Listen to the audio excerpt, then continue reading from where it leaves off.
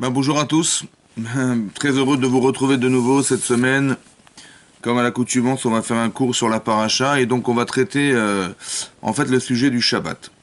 Et donc il est marqué dans la paracha de Vayakel, au début de la paracha de Vayakel, c'est marqué Vayakel Moshe El Kol Aradat Ben Israël. Donc a rassemblé Moshe toute l'assemblée des enfants d'Israël.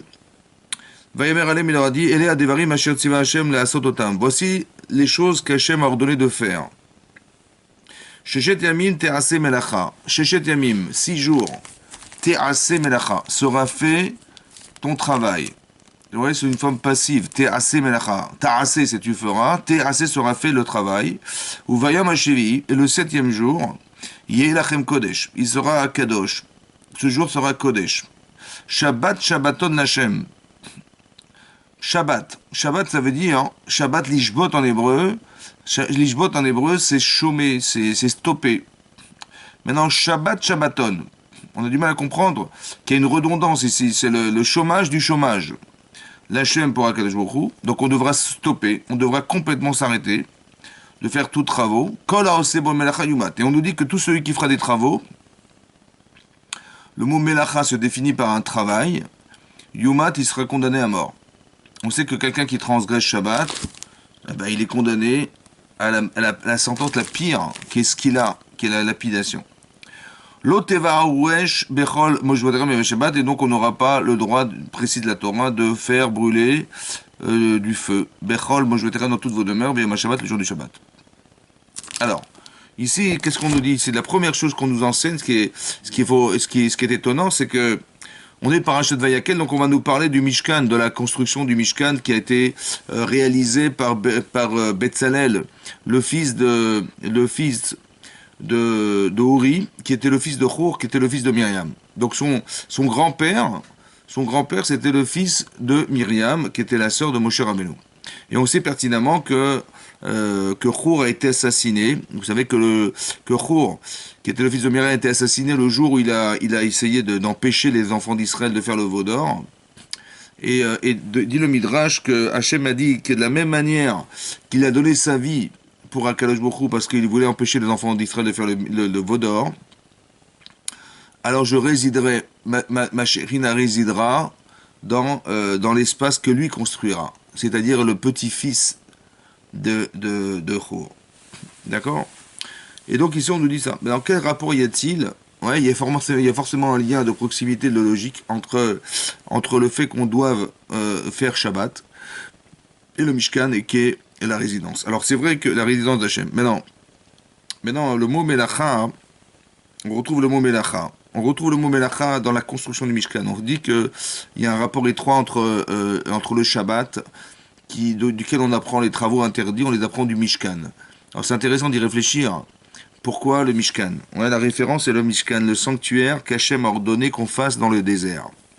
Et tous les travaux interdits du Shabbat, on s'en inspire de la proximité des versets avec celui du Mishkan, qui est l'endroit qu'on a dû construire. Maintenant,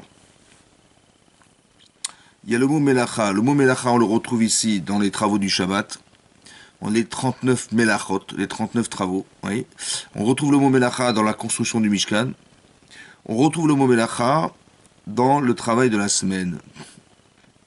Vous voyez, c'est marqué ici, Shabbat Shalom Hashem, Kol haosebo melacha yumat. Donc on parle du travail qui est formulé par les travaux interdits du Shabbat, et aussi c'est marqué, Sheshet Yamim Te'ase Melacha, sera fait Melacha, le mot Melacha. Aussi, on retrouve le mot Melacha dans la création du monde. Ouais, c'est marqué Yom HaShishi Vayichol Hashem Varetz Vechol Sevan Veicha Elohim Kadosh Melachto Asher Asa. Melachto. On parle du mot Melacha aussi dans la formulation de la création du monde. C'est bizarre parce que le mot Melacha qui est défini dans la création du monde, ça détermine qu'Hachem il a créé à partir de rien. Ex nihilo, ça veut dire qu'il n'y avait rien dans l'univers. Ouais. Il n'y avait que Akadosh Baruch Hu dans l'univers, on va dire. Il a créé de l'infini quelque chose qui va être l'objet de la création du monde. D'accord? Et ça, c'est défini en Torah comme une melacha. Le travail d'Hachem est une melacha. Bon, est-ce qu'on peut dire d'Hachem qu'il travaille déjà? Bon, c'est difficile à définir. Donc c'est vrai que ce terme-là, il est simplement utilisé, sincèrement utilisé dans l'objet de la création du monde. Et là, on retrouve la melacha, le mot melacha aussi dans le travail que fait l'homme de façon quotidienne. alors que ça a l'air d'être un mot qui n'est pas adapté. On aurait dû dire le mot avoda. Avoda, c'est le travail que l'homme fait toute la semaine pour subvenir à sa subsistance. Donc c'est le mot melacha. C'est bizarre qu'on ait utilisé le mot melacha pour la création du monde et le mot melacha pour dire le travail quotidien qu'on fait tous les jours. Et aussi, on retrouve le mot melacha dans la construction du Mishkan. Alors c'est bizarre, ce mot-là, il est à définir et à comprendre pourquoi il est utilisé de façon différenciée alors que il ne définit pas la même chose. D'accord? Ok, donc on nous dit qu'on devait travailler 6 jours, et le septième jour, Hachem il s'est arrêté, et ce jour-là il est Kodesh. Ok, qu'est-ce que c'est que Kodesh? Rachid expliquait qu'en fait il est tombé de la manne toute la semaine, oui, et que là, Kodesh, bah, en fait le Shabbat il n'est pas tombé de manne. Il est tombé une double part le vendredi, mais il n'est pas tombé de manne pendant le Shabbat. Dès ce jour il est Kodesh. Alors qu'est-ce que c'est que la Kedusha? La Kedusha du Shabbat. Bizarre. À part ça, c'est quand même bizarre que quelqu'un qui ne respecte pas le Shabbat, il est condamné à mort. Bah, je sais pas, Sarkozy avait dit à l'époque, je sais pas si vous vous rappelez, travailler plus pour gagner plus. Bah, si j'ai envie de travailler Shabbat, j'ai envie de gagner plus d'argent, bah, effectivement, le business, les gens qui sont des commerçants, ils vont gagner beaucoup plus d'argent le Shabbat que le reste de la semaine, parce que les gens sortent le Shabbat. Ouais, bien qu'aujourd'hui, c'est pas évident. Mais bon, mais ça veut dire que quelque part, on sait pertinemment qu'on gagnera plus d'argent le jour du Shabbat, ouais, que la semaine. Et là, on voit hein, que le jour du Shabbat, on nous interdit d'Afka de faire des travaux. D'accord? Et ça m'interpelle, j'ai envie de savoir pourquoi. Ouais, qu'est-ce que ça veut dire? Pourquoi on nous condamne alors que, quelque part, quelque part, quelque part, on n'a rien fait pour être condamné. Qu'est-ce qui se passe de spécial? Qu'est-ce qu'il y a de spécial dans le jour du Shabbat? Ouais, qu'est-ce qui fait que le jour du Shabbat, quelqu'un qui travaillerait, je sais pas, il y a des travaux qui sont, des travaux interdits qui sont de ne pas porter. Ouais, alors quelqu'un il va porter son talit de Shabbat à la synagogue, on le condamne à mort. C'est bizarre, hein, d'accord? Donc qu'est-ce qui est spécial? Qu'est-ce qui est spécial? Ouais, dans le fait du Shabbat et que c'est tellement, tellement grave que la pire des sentences qu'on puisse appliquer à une personne qui faute, ouais, c'est de travailler le Shabbat. Qu'en quoi c'est fondamental le Shabbat pour que quelqu'un qui le transgresse, il est condamné à mort. C'est bizarre. On va dire que c'est même bizarre parce que qu'est-ce qui est pire? D'assassiner quelqu'un ou de transgresser Shabbat? Bah, en fonction des châtiments, vous vous rendez compte que quelqu'un qui tue un être humain, il est condamné à chenek, c'est strangulation, qui est moins grave que de transgresser Shabbat sur lequel on est condamné à ce qu'il a qui est la lapidation. Autrement dit, la Torah considère que de transgresser Shabbat, c'est pire que d'assassiner quelqu'un. Comment c'est possible? Comment ça se comprend ça? Comment c'est possible d'envisager une chose pareille? Ok. Ensuite, il faut savoir comme ça. On dit, le vendredi soir, on dit un passage qui se trouve dans la Torah. Le vendredi soir, lorsqu'on fait le kiddush, ouais, là-bas c'est marqué, on dit le passage de Yom HaShishi. Ouais, donc je vous lis ce qui est marqué dans la parasha de Bereshit. Donc on est dans le premier chapitre de la Torah, ouais, dans le Sefer Bereshit, donc le premier livre de la Torah, et c'est marqué là-bas, hein, Vayar Elokim et kol asher asa. Donc Hachem a vu tout ce qu'il avait créé. Veine tov meod. Il a dit c'était tov meod, c'était excellent. Vayerev, Vayiboker, et c'était la veille, c'était le lendemain, Yom HaShishi, le 6e jour. Ok. Vaïchoulou Hashem Vaaretz. Ont été finalisés le ciel et la terre, Vekol Tsevaam. Vekol Tsevaam et toutes les armées, ça veut dire que bah, tout ce qui compose l'univers, toutes les galaxies, les Tsevaam c'est les armées, tout ça, ça a été finalisé le 6e jour. Vaïchal Elohim Bayam Hashivim Elarto Asharasa. Il a fini Hachem, Elohim, donc le Dieu de rigueur qui crée le monde, lui, il a fini le Yom HaShivi, le 7e jour, Melarto son travail, Asharasa qu'il avait fait. Vaishbot, et il a stoppé. Bayom HaShivi, le 7e jour, Mikom Melarto Asharasa, ce qu'il avait dû faire, le travail qu'il a dû faire pendant cette semaine. Vaïvarech Elohim, il a béni. Et Yom HaShivi, le 7e jour, le jour 7. Vaïkadesh Oto, et il l'a sanctifié. Qui vaut Shabbat, parce que là, ce jour-là, beau, dedans, Shabbat, il a stoppé. Mikol Melato Asher Bara, de tous les travaux qu'il avait créés, Elohim, Hashem, la seule pour faire. Vous avez compris? Alors, on va s'interroger sur le texte, on va essayer de réfléchir ensemble. D'abord, il y a une contradiction dans le texte. Vous avez remarqué? C'est marqué Vayichulu Hashamayim va'aretz vechol tzevaam. Donc ont été finalisés le ciel, la terre et toutes les armées, ça veut dire tout ce qui compose l'univers. Quand? Bah, ça a été finalisé le sixième jour de la création du monde. Hachem il a créé 1, 2, 3, 4, 5, 6, 7, 8. Non, il a créé pendant 6 jours le monde. Et on nous dit qu'il avait fini de créer le sixième jour de la création du monde. Et là c'est marqué juste après Vayichel Lokim et Hashevi. Et il a fini à Kadosh Baruch Hu de créer le monde le septième jour. Mais non, c'est contradictoire. On vient de nous dire qu'il avait tout fait le sixième. Qu'est-ce qu'il a pu créer de plus le septième pour dire qu'il n'avait pas fini, quoi? C'est contradictoire. Il va y Hashem et Varez donc ont été finalisés le ciel, la terre et toutes les armées. Et après on nous dit que Hashem il a fini son travail le septième jour. Mais non, il a terminé le sixième jour. C'est contradictoire. Sur ce, la Gemara, et Rachid en rapport dans le Chumash, la Gemara est d'expliquer, en fait, Ba Shabbat, Ba Menucha. En fait, ce qui a été finalisé le septième jour, c'est la Menucha. Alors, qu'est-ce que c'est que la Menucha? La Menucha, bah, on va traduire ça par le repos. Ouais, on se repose, on est fatigué. Un petit canapé, ça fait pas de mal. En fait, la Menucha, c'est plus que ça. La Menucha, c'est ce qu'on appelle la Menuchat HaNefesh. C'est-à-dire que la personne est contentée. Elle est satisfaite. Voilà, la Menuchat HaNefesh, c'est la satisfaction personnelle. Ça veut dire comme si on nous disait, tu sais quoi, tu vas travailler toute la semaine.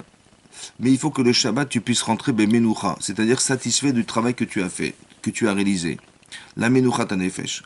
Zachor et Yom HaShabbat les Kadesho. Souviens-toi du jour de Shabbat pour le sanctifier. Mais souviens-toi quand? Bah, souviens-toi pendant la semaine. Pendant la semaine, tu vas te rappeler du Shabbat, ouais, pour le sanctifier. C'est-à-dire quoi de s'en rappeler? Ça veut dire que tu dois organiser ta semaine de façon à ce que le Shabbat, tu n'aies pas d'autre préoccupation pendant le Shabbat que de rentrer dans le Shabbat. Parce qu'il ne faut pas que tu rentres dans le Shabbat juste avant l'entrée du Shabbat, tu dis attends, je vais me doucher vite fait, et Shabbat, je vais penser à tout ce que je dois faire la semaine, je vais m'organiser. Non, il faut absolument qu'il n'y ait rien, aucune préoccupation de semaine pendant ton Shabbat. Voilà. Donc il faut que mentalement tu te prépares. La Menucha, c'est dire voilà, j'ai fini mon travail, je suis super content, ok, super, maintenant je rentre, j'ai tout finalisé. Donc organiser ma semaine de façon à ce que le Shabbat, je puisse rentrer Menucha. C'est-à-dire je suis contenté, je suis heureux d'avoir fini mon travail de la semaine, je rentre dans une autre dimension, c'est celle du Shabbat. Donc c'est une mitzvah. Zachor et Yom HaShabbat les Kadesho. Souviens-toi du jour du Shabbat, la semaine, pour sanctifier le Shabbat. D'accord? Donc on a compris que le Shabbat c'est la Menucha HaNefesh. C'est-à-dire qu'on est capable de pouvoir être satisfait, rassuré, comment dire, de ce qu'on a pu faire pour te dire, voilà, maintenant je rentre dans la dimension du Shabbat.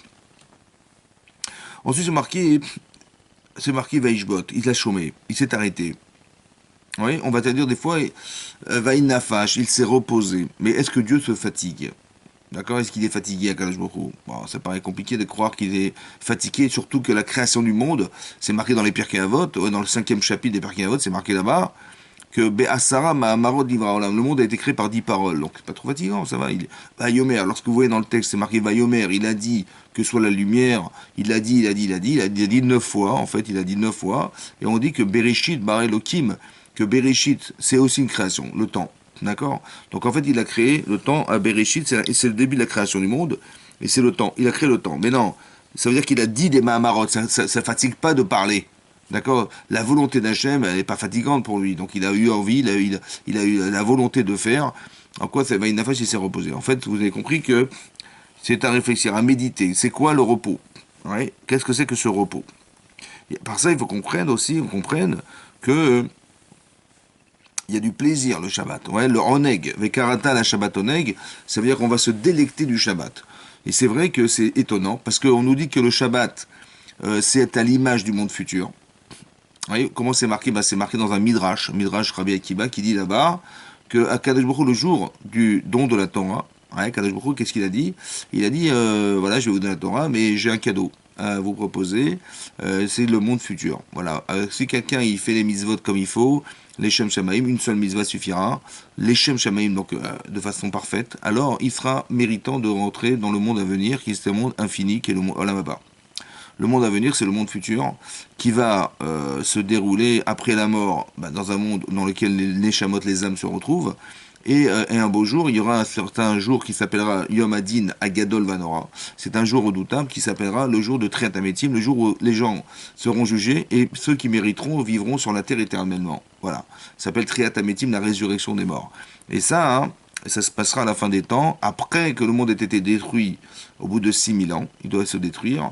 Il va durer 1000 ans sans être reconstruit. Et ça, les gens après reviendront sur terre pour être jugés, savoir qui est-ce qui va persister et résister à la mort, rester vivante éternellement sur la terre. Maintenant, qu'est-ce qui se passe? En fait, Hachem, donc, il a créé le monde. Maintenant, ce que je voulais dire par là, c'était d'expliquer que il a chômé le septième jour, d'accord? Avec un Kadesh Oto, il l'a sanctifié, il l'a béni. Maintenant, qu'est-ce que c'est que la bracha? Vaïvarech et Hachem Elohim et Yom HaShevi'i. D'accord? Il a créé. Donc, ce que je disais, c'est qu'il ne s'est pas fatigué. Donc, on a compris que, quelque part, qu'est-ce que c'est que le repos du Shabbat? Je veux dire, qu'est-ce que ça veut dire? Il faut délecter ce jour. Qu'est-ce qu'il y a de spécial dans la délectation de ce jour? Et si j'ai pas envie de délecter ce jour, ben on me condamne à mort. C'est bizarre. C'est bizarre. Il y a quelque chose de spécial dans ce jour. Il faut comprendre. Et d'un côté, ça veut dire que c'est à l'image du monde futur. Ça veut dire quoi? Ça veut dire qu'on va retrouver quelque chose du monde futur. Donc je vous disais que le Midrash, pardon, là je me retrouve, le Midrash de Rabbi Akiva, il disait que Hachem, il a proposé le Olam Haba à partir du moment où on fait les mitzvot. Et les bénis Israël ont dit, mais donne-nous une dougma. Une dougma, ça veut dire un exemple de quelque chose qui représenterait le monde futur sur Terre, qu'on arrive à avoir un exemple, quelque chose qui nous parle. Et il a dit, je vais vous donner le Shabbat, ouais, qui est Me'en dans l'Olam Haba, qui est à l'image du monde futur. Voilà. Le Olam Haba, le Shabbat à l'image du Olam Haba. En quoi c'est à l'image du Olam Haba? Le Shabbat, on est en famille, le Shabbat on mange bien, on fait des repas spéciaux, on s'habille différemment. Quelque part, on a du mal à croire qu'il y a quelque chose de spirituel et qui ressemble au Shabbat, au Olam Haba, qui est un monde spirituel, complètement, puisqu'il n'y a pas de corps, il n'y a pas de matière.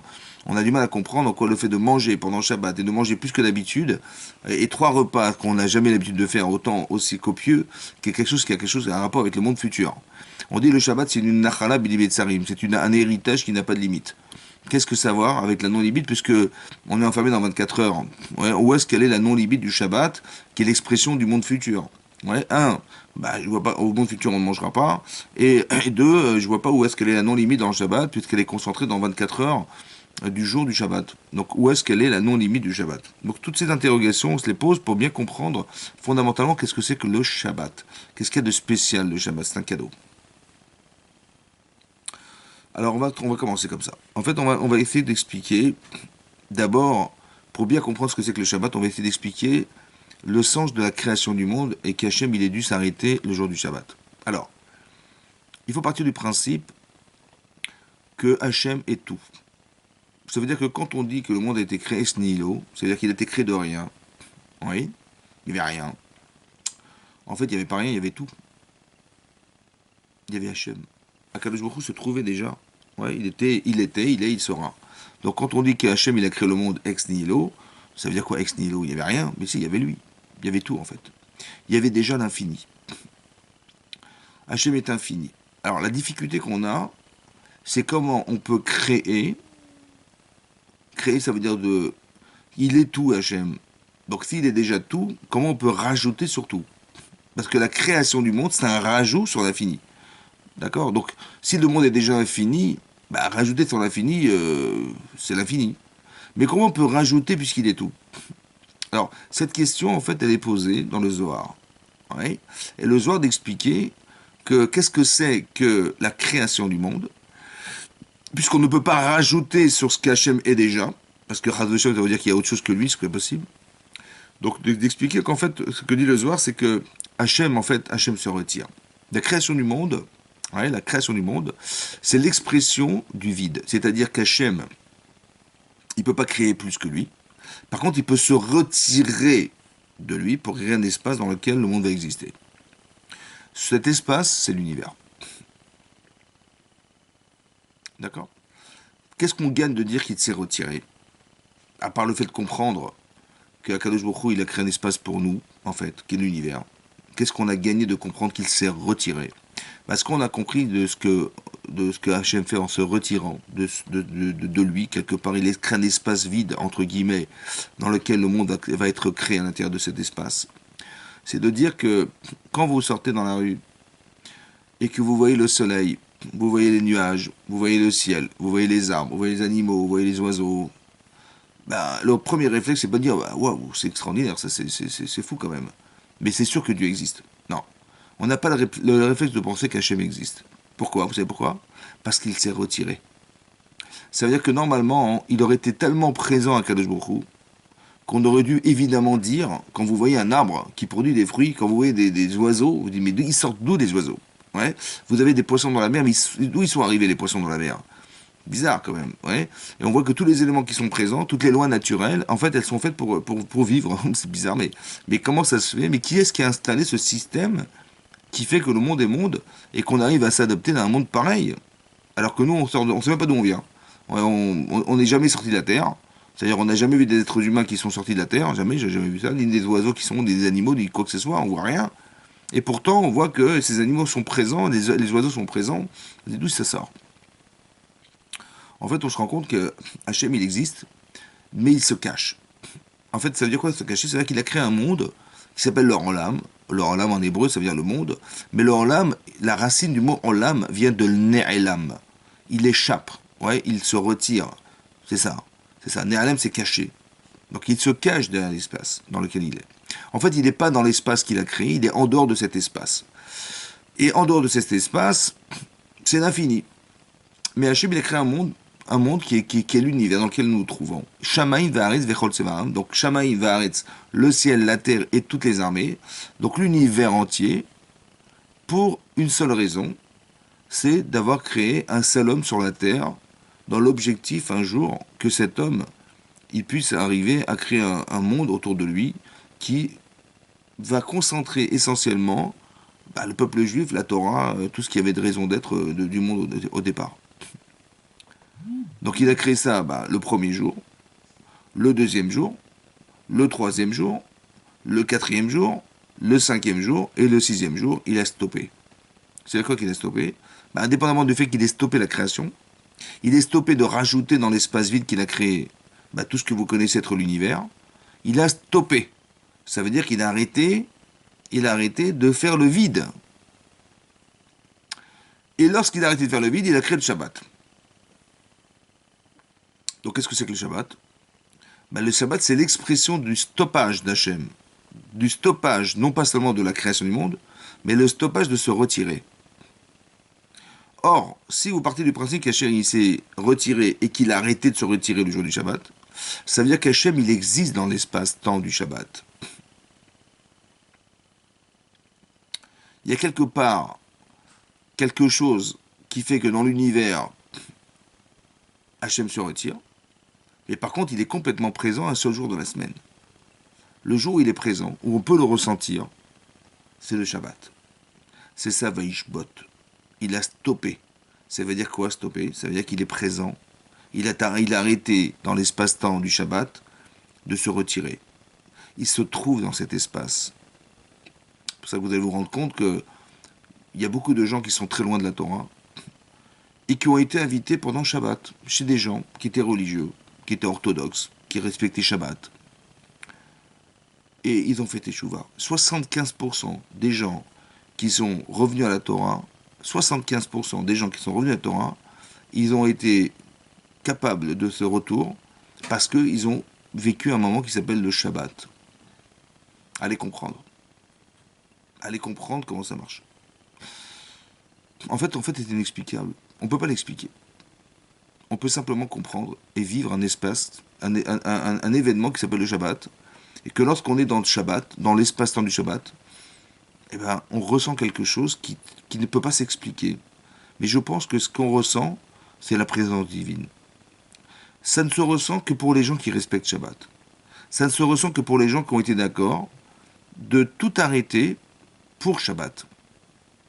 C'est-à-dire que toute activité professionnelle, activité quelconque, de loisir, tout ce que la Torah nous interdit de faire, en fait, c'est une manière de s'arrêter pour arriver à absorber ce jour du Shabbat. Je vais me consacrer à Hachem le jour du Shabbat. Autrement dit, si le jour du Shabbat, c'est l'expression de ce qu'Hachem il est, mais il était aussi, avant la création du monde, ce qu'il est pendant le Shabbat. Autrement dit, avant la création du monde, bah c'est Shabbat.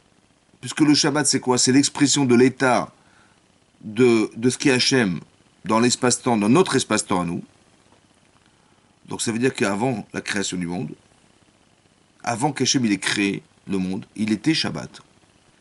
Ça peut expliquer le texte qui dit Shabbat Shabbaton Lachem. Le Shabbat, c'est un Shabbat Shabbaton. Ça veut dire que l'espace dans lequel nous nous trouvons, qui est l'univers, il est séparé d'un Shabbat et conclu par un Shabbat. C'est pour ça que le Rabbeinu Bechaye, si vous avez l'occasion de le lire, il dit là-bas que nous, quand on sort du Shabbat, et qu'on fait la Havdalah pour séparer ce jour du Shabbat, ouais, le fameux sortie de Shabbat du Shabbat, eh ben on allume le feu. Et Akadosh Baruch Hu, lorsqu'il crée le monde, la première chose qu'il a dite, c'est Vayior, que soit la lumière. Il a allumé le feu. Vous avez compris? Ça veut dire que le Motsai Shabbat d'Akadosh Baruch Hu, c'est notre Motsai Shabbat à nous. Ça veut dire qu'en français, la sortie du Shabbat d'Hachem, puisque avant la création du monde, c'est Shabbat, c'est ce qu'il est. Ça veut dire qu'il est dans cet état-là d'être infini. Et ben c'est ce qu'on appelle le Shabbat d'Akadosh Baruch Hu avant la création du monde. Et ben le jour où il a entamé le premier jour de la création du monde, il a allumé la lumière, il a créé la lumière. Et cette création de lumière, c'est son Motsai Shabbat à lui, c'est sa sortie du Shabbat. Et la nôtre, qui est à la fin de la semaine, c'est aussi la sortie du Shabbat. Et c'est là qu'on allume la lumière.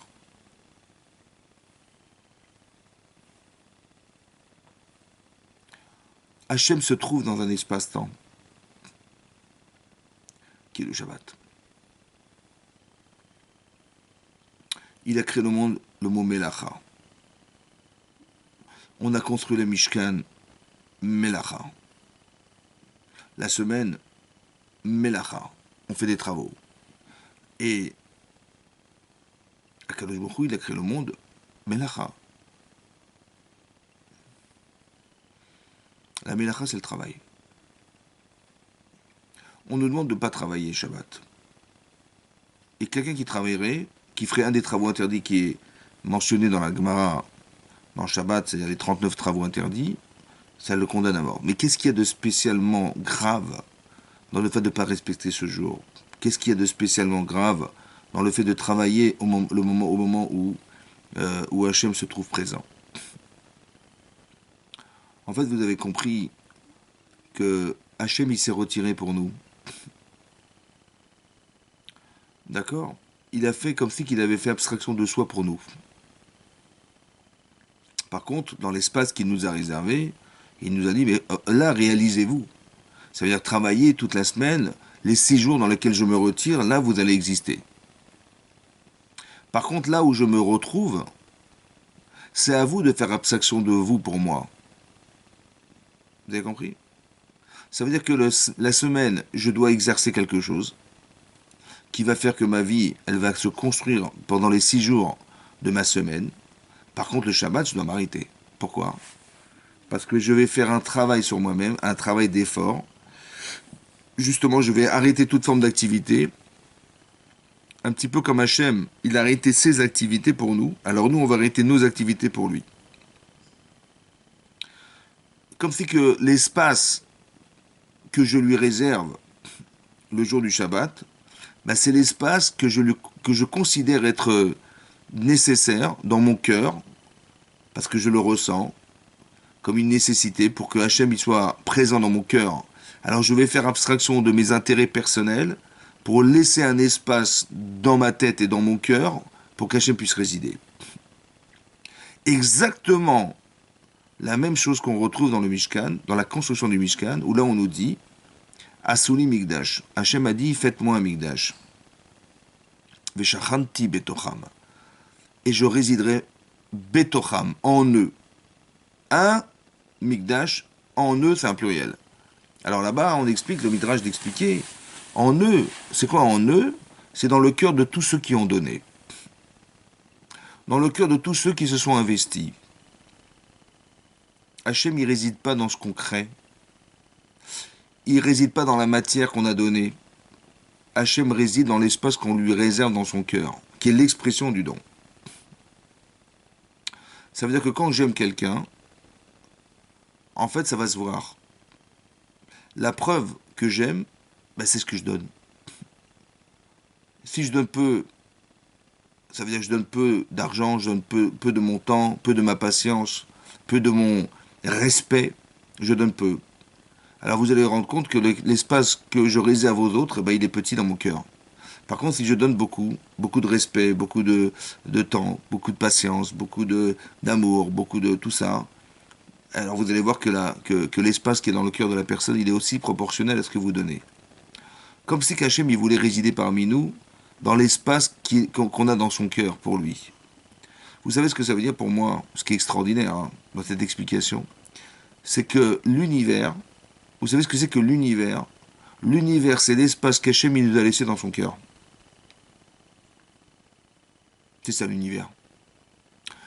Eh bien, l'univers dans lequel je le place, c'est l'espace que je lui réserve dans mon cœur, c'est cet univers dans lequel il va résider. Donc plus j'ai confiance en Dieu, plus je crois en Dieu, plus je sais qu'il existe, et plus l'espace il est grand. Et c'est que de cette manière qu'on peut atteindre l'infini. C'est extraordinaire. Là où se trouve le Shabbat. Ça veut dire que si quelqu'un a compris ça, il a compris l'essentiel de ce qui est le sens de sa vie. Parce que l'objectif de sa vie, c'est quoi? Il faut savoir que dans le Zohar, c'est marqué, dans la Kabbalah, c'est marqué, que Hachem, il a créé des neshamot, des âmes. Et il a dit, en fait, il faut mériter d'être dans cet espace, qui est le monde futur. L'espace dans lequel on a été créé au départ. Hachem a dit, écoutez, il faut mériter, pourquoi? Dit le Zohar, la Kabbalah dit là-bas, que pour ne pas manger Nahama de Kisoufa. Il ne faut pas qu'on puisse croire qu'on va manger le pain de la honte. Ça veut dire que je suis dans un endroit où j'ai pas mérité d'être. Je mange le pain de la honte. Alors Hachem il dit, il faut que tu mérites ce que tu manges. Alors on va te mettre dans un corps.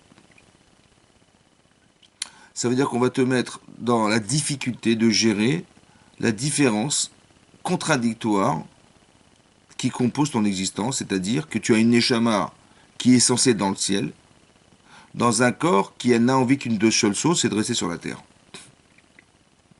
Maintenant, va gérer cette contradiction. Eh bien, non seulement tu es contredit par ta nature, parce que tu as une nature spirituelle et une nature animale, oui, et ça va t'amuser à gérer du spirituel dans l'animal. C'est un peu comme je sais pas moi, quelqu'un qui est un cavalier qui est sur un cheval, qui est un cheval sauvage. Eh bien, il faut le dompter, ce cheval. Donc, il y a un être pensant qui chevauche un cheval, qui est un animal. Eh bien, la vraie difficulté, c'est de comprendre déjà au départ qu'on est contredit par nos natures. Donc, quand vous voyez des gens qui ont des situations, qui vivent des situations contradictoires, ou qui font des choix contradictoires, tu fais un choix spirituel, le lendemain, tu fais un choix matériel. C'est contradictoire. Tu fais une mitzvah, le lendemain tu fais une avera. C'est contradictoire. Mais d'où vient la contradiction? Elle vient de la nature qui te compose d'avoir une neshama et un corps. Ta neshama a un discours que ton corps n'a pas. Ton corps a un discours que ta neshama n'a pas. En fait, ce qu'il faudrait réussir à faire, c'est faire la paix entre son corps et son âme. Quand on parle de shalom, en fait, c'est mettre de l'ordre là où il y a du désordre. Parce que ton corps, bah, il n'a rien à faire des mitzvot, et ta neshama, elle n'a rien à faire sur terre. Alors comment se réconcilier? La réconciliation, la solution, elle est dans le Shabbat. En quoi elle est dans le Shabbat? Parce que l'essentiel de ce que vous allez faire dépend de l'intention que vous avez. Quelle intention tu mets dans tes actes? Autrement dit, on te dit, tu vois, hein, tu vas manger pendant Shabbat des plats délicieux. Des plats que tu ne feras jamais en semaine. Il faut faire la différence entre le Shabbat et le jour de la semaine. Veille Kadesh Oto. Il faut différencier ce jour.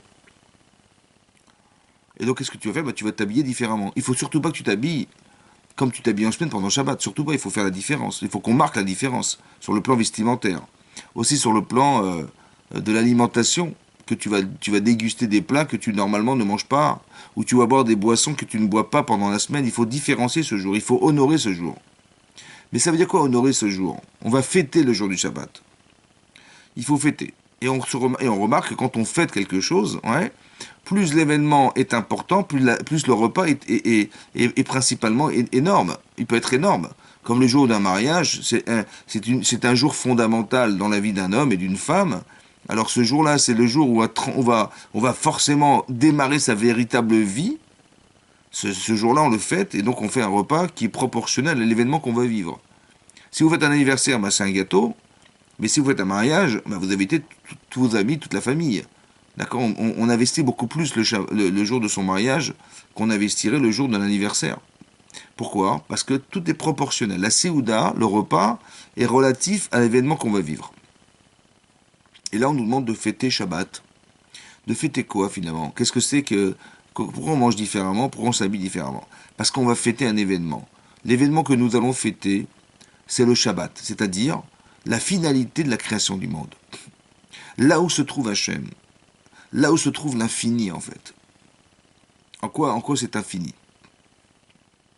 C'est marqué dans le Rav Dessler, il ramène pour expliquer l'infini du Shabbat.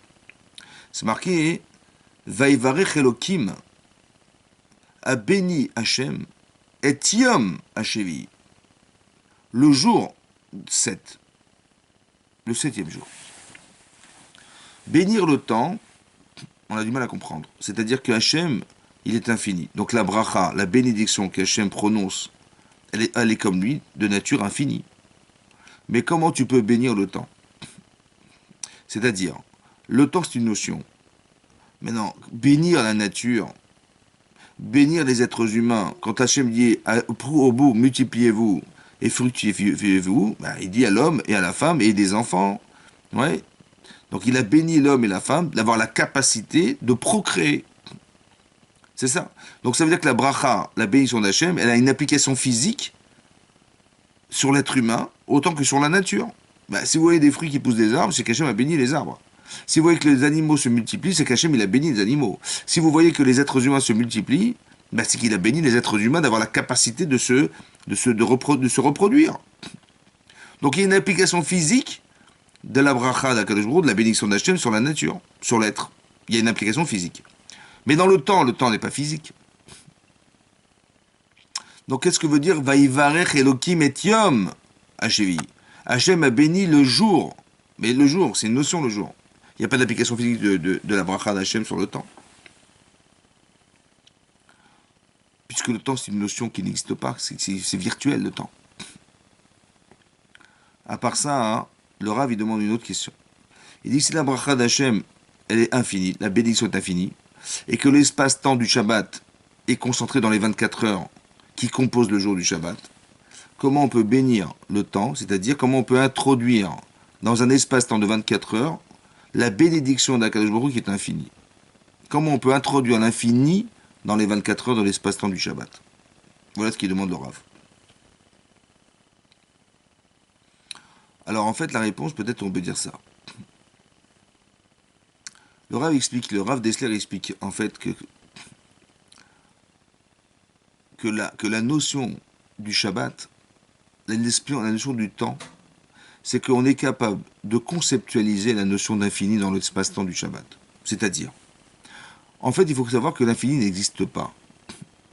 Il n'y a rien d'infini dans l'espace-temps non, il n'y a pas d'infini autour de soi.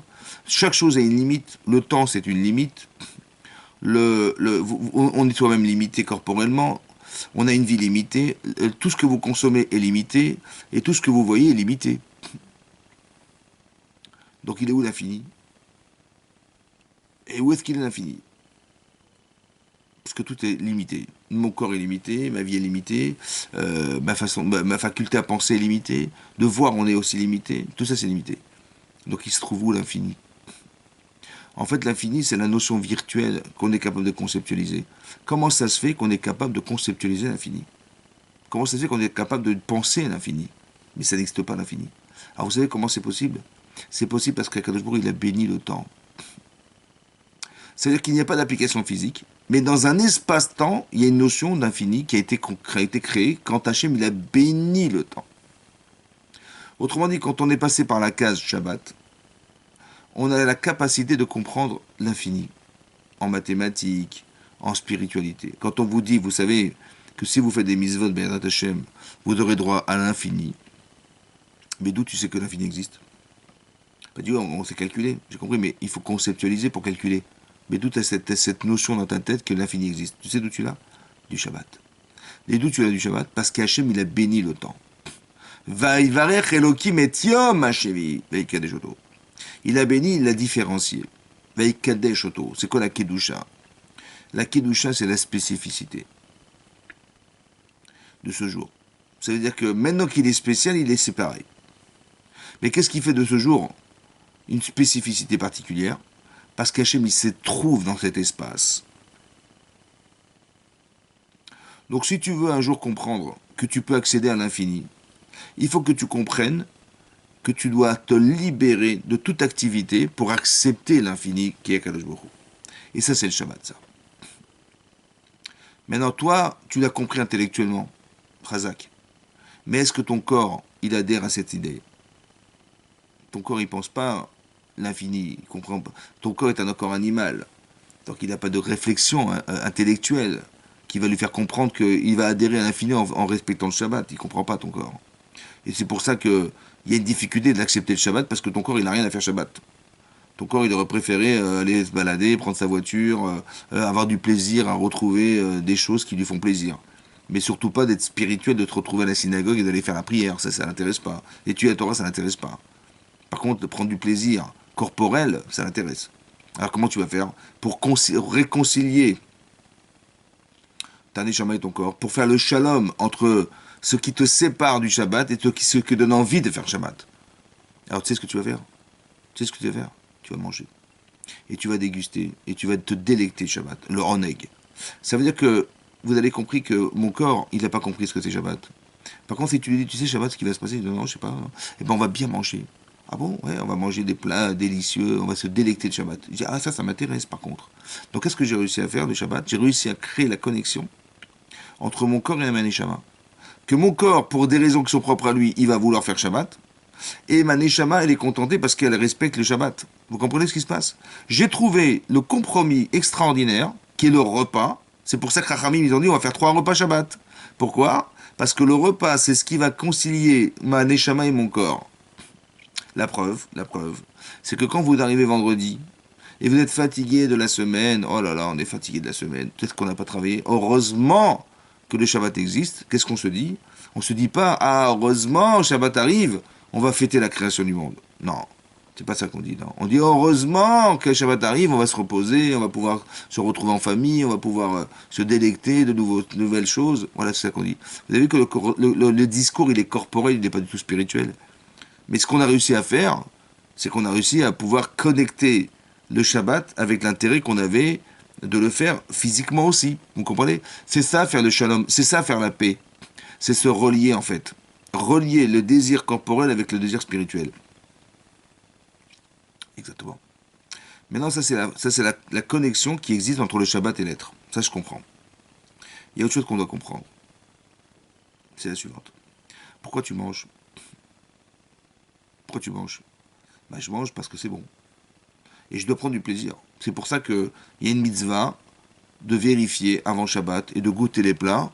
Parce que si ça ne te plaît pas, eh ben, ça ne sera pas plaisant, ça ne sera pas agréable. Alors il faut vérifier avant Shabbat. Est-ce que ça sera agréable? Et c'est très important que tu prennes du plaisir à manger Shabbat.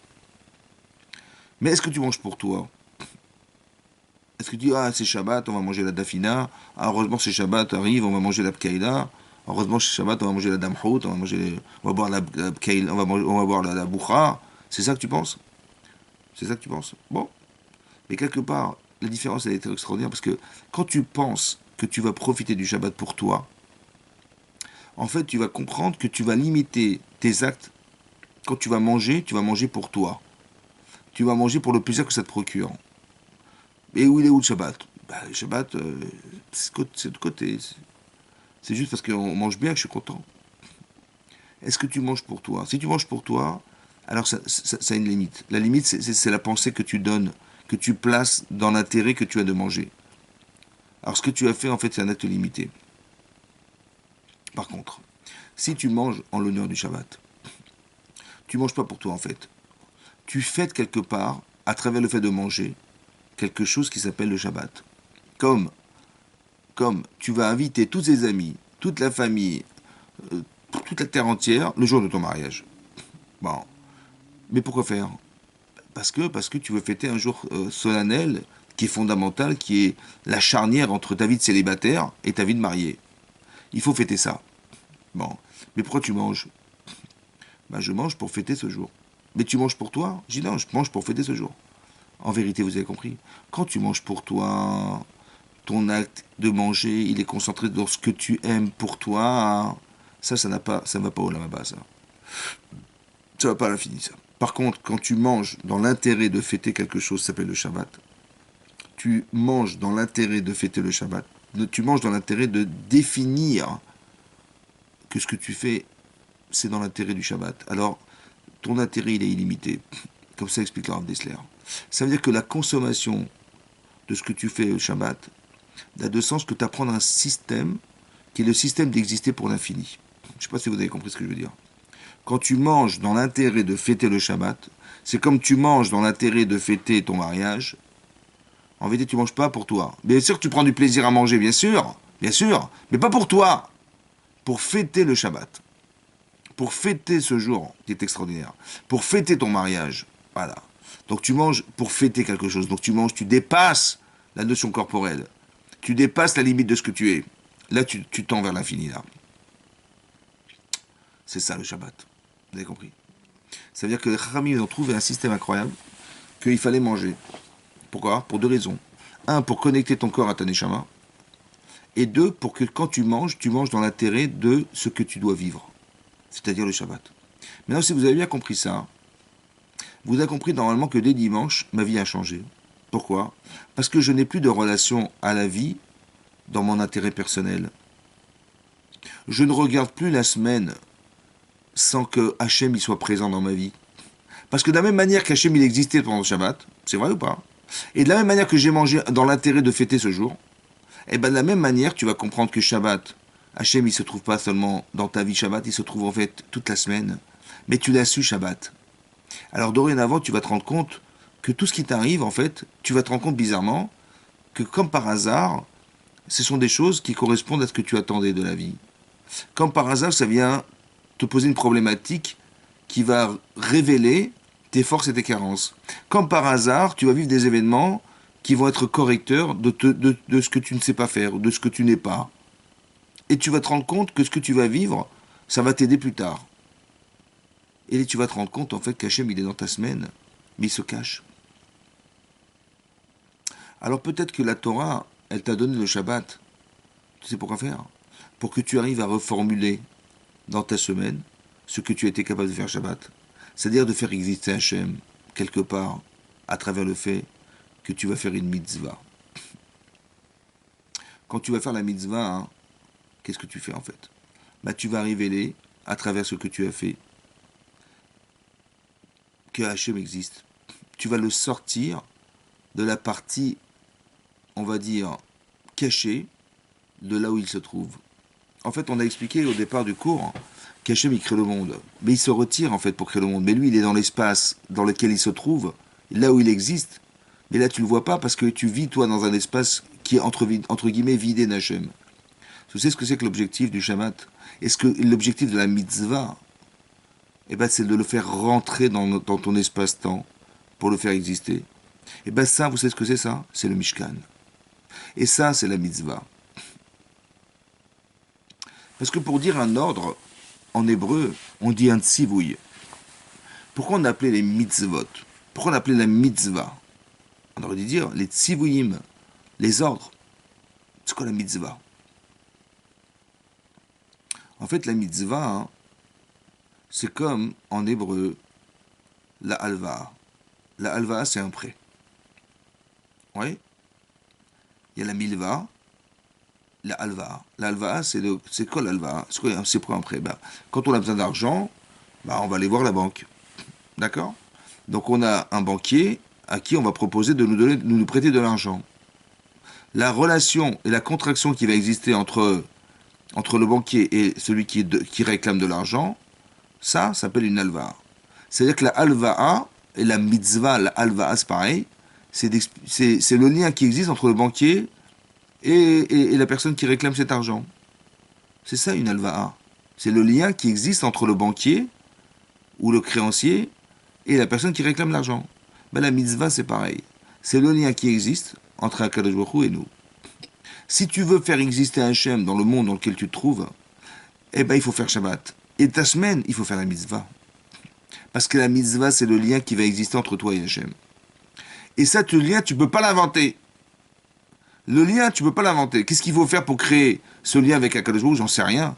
Si ce n'est que la Torah m'a dit, bah, quand tu mets tes tefilines, quelque part, tu le mets dans l'intérêt de créer le lien avec Hachem. Lorsque tu fais Shabbat, c'est pour créer le lien avec Hachem. Lorsque tu fais X et Mitzvah, tu fais de la Tzedaka, etc. C'est le lien que tu crées avec Akadosh Baruch Hu. Comme c'est que tu le faisais descendre de là où il se trouve. En fait, tu le sortais de sa cachette. Il est caché, Hachem. Mais il souffre, Hachem, d'être caché. Il veut nous retrouver. Et la véritable raison pour laquelle il veut nous retrouver, c'est parce qu'il nous a donné la Torah. Donc vous voyez bien que Hachem, il veut qu'on soit avec lui. Il veut se retrouver avec nous. Il veut qu'on construise ce fameux sanctuaire. Alors on n'a pas de Beth Amikdash, c'est vrai, vous avez raison. Mais en vérité, Hachem, il ne réside pas dans l'espace qu'on lui crée. Il crée dans l'espace de son cœur. Dans le vôtre, d'accord? Quand vous faites une mitzvah, Baruch Hachem, vous dites, ben, je pense à Akadosh Baruch Hu, ouais. Mais comment tu penses à lui? Ben, parce que dans mon cœur, il y a un espace que je lui laisse. Et bien sachez qu'Hachem, il réside dans cet espace. Ça s'appelle la Shekhinah. C'est pour ça que ça donne du pouvoir. En vérité, je pense que Hachem, il réside dans l'espace qu'on lui laisse parce qu'en fait, Hachem, il languit la Neshama qu'il nous a donnée. Et cette Neshama n'a pas de limite. Et donc de respecter le Shabbat, c'est de se permettre de comprendre un mécanisme qui s'appelle le monde futur, qui est infini. Et le Shabbat, c'est une manière aussi de faire résider Hachem. Comme si j'avais plaisir à retrouver un Kadosh Baruch Hu qui me manque. Parce que dans la semaine, ma seule préoccupation, c'est ce que je dois réaliser pour devenir, pour pouvoir me subvenir à ma subsistance. Donc je pense à moi. Et Hachem me dit, mais je suis où là-dedans? Et bien tu vas te rendre compte que le jour du Shabbat, tout à coup Hachem existe. Mais puisque tu l'as reconnu le Shabbat, alors tu vas pouvoir l'utiliser, cette reconnaissance aussi pendant ta semaine. Vous avez compris pourquoi ça condamne à mort, Chas v'Shalom, de transgresser le Shabbat? Parce que l'essentiel de mon existence, il se déroule Shabbat. Le système dans lequel on doit vivre, il est déjà dévoilé pendant Shabbat. Maintenant, il faut aussi comprendre autre chose. Quand c'est marqué dans la Torah que celui qui transgresse Shabbat, mot yumat, mourir et mourra, on dit, bah, Dieu, des fois, il n'est pas gentil. Parce qu'il nous punit d'une gravité extrême pour ceux qui ne respectent pas les mitzvot. Alors, il faut savoir un principe comme ça. Il faut savoir un principe. Et ce principe, il est marqué dans la Gemara et c'est important que vous l'entendiez. C'est marqué dans le Passouk, c'est marqué dans le verset Alpi Shnaim Edim Oshlosha Edim. Par le témoignage de 2 ou 3 témoins, Yumat Amet. Yumat Amet. En français, ça se traduit par il mourra le mort. Ce qui paraît bizarre. Si le mort meurt, il ne peut pas mourir 2 fois. Alors on explique en fait que Yumat Amet, non, il fallait dire il est condamné, la personne jugée. Mais c'est pas marqué comme ça. Yumat Amet. Comme si qu'il était déjà mort. C'est-à-dire que si quelqu'un ne respecte pas le Shabbat, en fait, il n'a pas cette relation au Shabbat. Il y a quelque chose qui ne vit pas chez lui. Quelque chose qui est éternel, qui devrait vivre et qui ne vit pas chez lui. Comme si que l'insensibilité, comme si que l'indifférence, à ce jour, faisait que il y a quelque chose qui ne vit pas. Quelque chose qui n'existe pas, qui est mort, en fait. Donc la condamnation à mort n'est pas, chas v'shem, la punition de celui qui ne respecte pas Shabbat. Mais l'état dans lequel se trouve une personne qui ne respecte pas Shabbat. Vous avez compris? C'est-à-dire que si quelqu'un, je ne sais pas moi, c'est difficile à comprendre parce que c'est spirituel. Hein. Mais par exemple, si quelqu'un il tue quelqu'un, on peut comprendre qu'il est condamné à mort. Pourquoi? Parce que si tu penses que ta vie a raison d'être, comment ça se fait que tu arrives à conceptualiser que la vie de l'autre n'en a pas? Il faudrait comprendre. Donc c'est que si tu tues l'autre, à contrario de ce que tu vis, c'est que tu n'es pas vivant. Sinon, tu ne pourrais pas te permettre d'imaginer que tu vas tuer l'autre. Vous comprenez? Comment quelqu'un il peut frapper ses parents? Bah, tu dois la vie à tes parents. Donc si tu les frappes, c'est que cette insensibilité que tu as vis-à-vis de tes parents fait que tu peux te permettre de les frapper. Voilà. Mais comment tu peux, si tu es conscient de ce que tu fais, et le devoir que tu as d'avoir conscience de ce que tu dois aux autres, ouais, comment tu peux imaginer frapper tes parents? C'est pas possible. Donc c'est-à-dire qu'il y a quelque chose qui ne dit pas. C'est comme quelqu'un, c'est comme un mort, bah tu le pinces, bah il sent rien. Bah là c'est pareil. Tu dis mais tu te rends compte que tu as tué quelqu'un là? Tu le pinces. Tu dis mais toi tu aurais voulu vivre, tu aurais voulu être à la place de celui que tu as tué, mais dis non. Alors comment tu l'as tué? Et tu le pinces et il réagit pas parce qu'il est mort. C'est-à-dire qu'il y a une mort physique et une mort spirituelle. Vous avez compris? Et c'est ça dont on parle. On parle pas Chas Shalom qu'il est mort physiquement. Bien sûr qu'il est condamné à la mort physiquement, mais cette mort physique, en fait, elle est déjà relative à la mort mentale, à la mort spirituelle. C'est pour ça que celui qui transgresse Shabbat, spirituellement, comment il peut à la fois penser que la raison d'être qu'il avait d'être sur la terre, c'est d'obtenir le mérite d'arriver au Lamaba, et qui va renier le jour qui lui permet d'accéder à ce monde futur. C'est pour ça que c'est condamnable. C'est pour ça que c'est grave. Nous, on croit que le Shabbat, c'est de le repos. Mais on ne peut pas tuer des gens parce qu'ils ne veulent pas se reposer. C'est pas possible. Donc on est obligé de dire que c'est pas ça le Shabbat. C'est pas seulement ça le Shabbat. Ouais, c'est pas le jour du repos. C'est vrai que le repos nous permet de nous arrêter et de pouvoir réfléchir. C'est vrai, vous avez raison. C'est vrai que le jour du Shabbat, c'est un jour où on prend du plaisir. C'est vrai, vous avez raison. Mais dans quel but? C'est ça qu'il faut comprendre. Et vous avez compris dorénavant qu'Akadosh il a créé un système dans lequel on se retrouve. C'est ça la Melacha du Mishkan. C'est ça la Melacha de la création du monde. C'est ça la Melacha. Parce que Melacha, ça s'écrit comme Allah Hashem, l'ange d'Hachem.